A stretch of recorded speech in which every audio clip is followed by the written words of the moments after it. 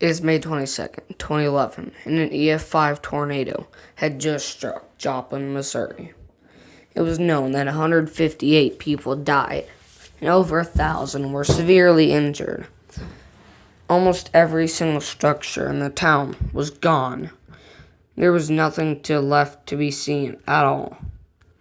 It was known that an EF5 had just struck the city and devastated nearly every single person there.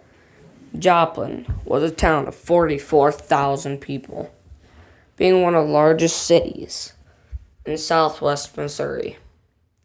This tornado was especially devastating for the people who had to witness it.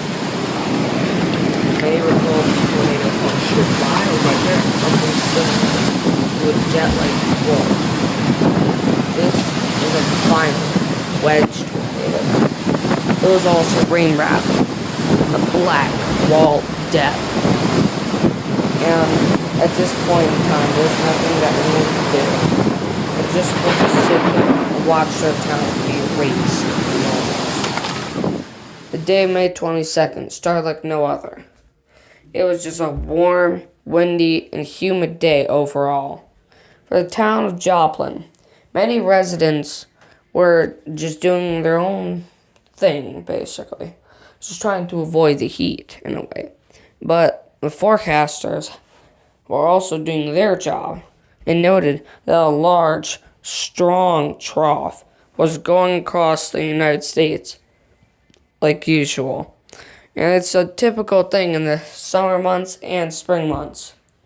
Except this was notably strong, and so on May 22nd, forecasters issued a moderate risk over for southwest Missouri and other states, stating that a large, powerful jet streak was going across the United States, and tornadoes could be spawned, let alone or including violent ones. Strong to violent tornadoes were possible. Locally, severe storms began to fire off just outside of Little Rock.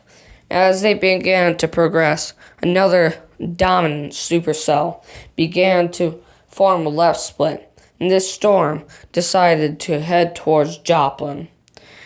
And so, just around 3 p.m., a tornado touches down just outside of Joplin, Missouri, or to the east of the Nebraska or Kansas-Missouri border. Then, the tornado begins to make its venture towards Joplin. Many unsuspecting homes would be swept away. Many buildings were pulverized to dust. And this tornado gained EF4 intensity in under 15 seconds. It was now a giant wedge measuring over 1.25 of a mile wide. And unfortunately, this is where it gets very, very tragic. As the tornado was entering town, multiple people had died. And that was mainly because their house or homes could not withstand the extreme winds. Winds here were estimated to be at least 212 miles per hour, close to 205. And then, the tornado is ripping homes to shreds. Many large objects, such as helicopters or cars, were thrown so far they can never be found again. Many bodies were spotted in rivers and buildings. It was essentially just an apocalypse. Literally nothing was withstanding the winds.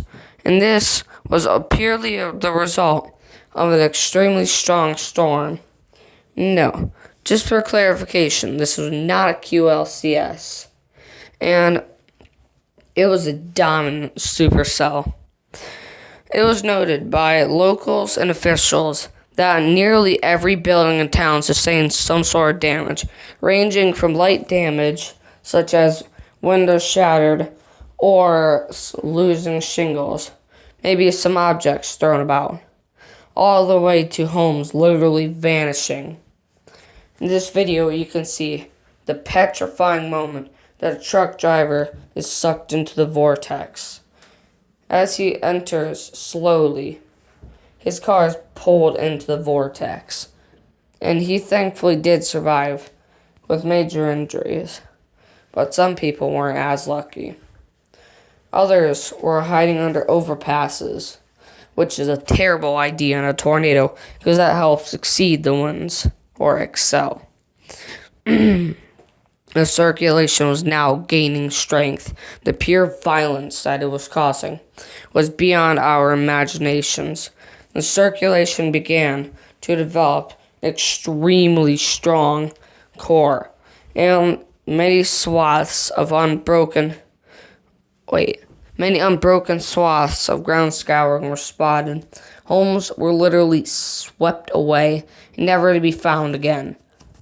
And some even lost their foundations. This was clearly devastating. Thousands were injured, and hundreds were dead. This was basically a reincarnation of Woodward in 1947. Clearly, nobody could help themselves. Even hiding won't do anything. This tornado was literally sucking people out of their basements. They were never to be found again. Some bodies were so horribly mutilated that they couldn't be identified, not even by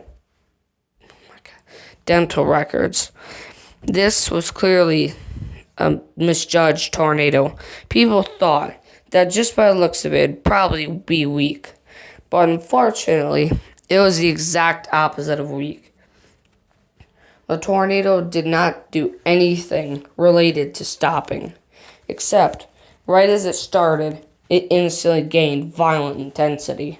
Winds were whipping around buildings, causing them to literally explode.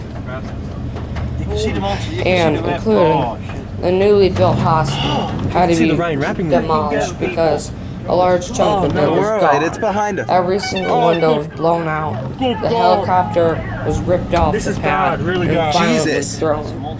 This video was recorded by a local as the tornado was entering town. I feel sick right As now. we can see, it's a rain-wrapped dark. Jesus Christ. Oh, no, my God, this thing's massive. Oh, there goes power. Nothing could be left because this tornado was essentially a nightmare It's come right true. behind us. It's at 3 Even o'clock, some Tom. tri-state tornado survivors Oh, the power flash is said gone. that Oh my any God. tornado Oh, closest it to is this right there. monster was Tri-State Wichita Holy- Falls, Oh my God. 1979. And that's just because there's Oh, a no. black This is so wall bad. of No, mist. we're right. No, I'm not worried And about us. a large coat of rain was I'm worried about this town. This poor town's hiding gonna be it, destroyed. essentially. Get in your basements, And- Joplin, Missouri. Many also reported a secondary settlement. However, that goes undocumented. But for now, all we can tell is that this tornado is especially devastating. And according to the National Weather Service, every home in the vicinity of Joplin was gone. Any tornado that could try and gain strength like this could not beat a monster like this. Clearly, we all know that this tornado harbored some of the most craziest strength in American history. It is also very famous or infamous. There's thousands of damaged photos, hundreds, or only God knows how many photos and videos remain of this tornado. But it's clear that no matter what we can do or try to save ourselves, it's never enough. Because tornadoes will not stop for anyone, let alone an EF5. Many trees were debarked, skinned, and ripped clearly out of the ground. This tornado is growing tremendously in size, and it almost grew to 1.5 miles wide. But I hate to say this, but it only got a lot more devastating afterwards, because no one has ever seen such a monstrous tornado. And people knew that no matter what they tried, it would never be enough, because this was an EF5 tornado. At that point, you just gotta give up. You can try and hide, but this tornado clearly didn't give a damn. Anyone that tried to run was gone. never to be seen again. Not a trace of human life was spotted in town. That's only because everything was reduced to shreds.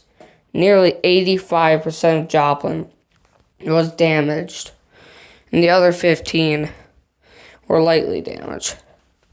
And cars, trains, and everything you can think of was thrown. Bodies alike were found up to 200 yards away, horribly mangled, including some even had limb loss, which was just horrifying. This tornado also did something even worse. A young boy, just graduating from college that same exact day, was in his car with his dad, trying to drive away from a tornado. Tragically, the son would be sucked into the vortex, and he would be thrown into a lake. But that was also infected with a parasite that eats your flesh.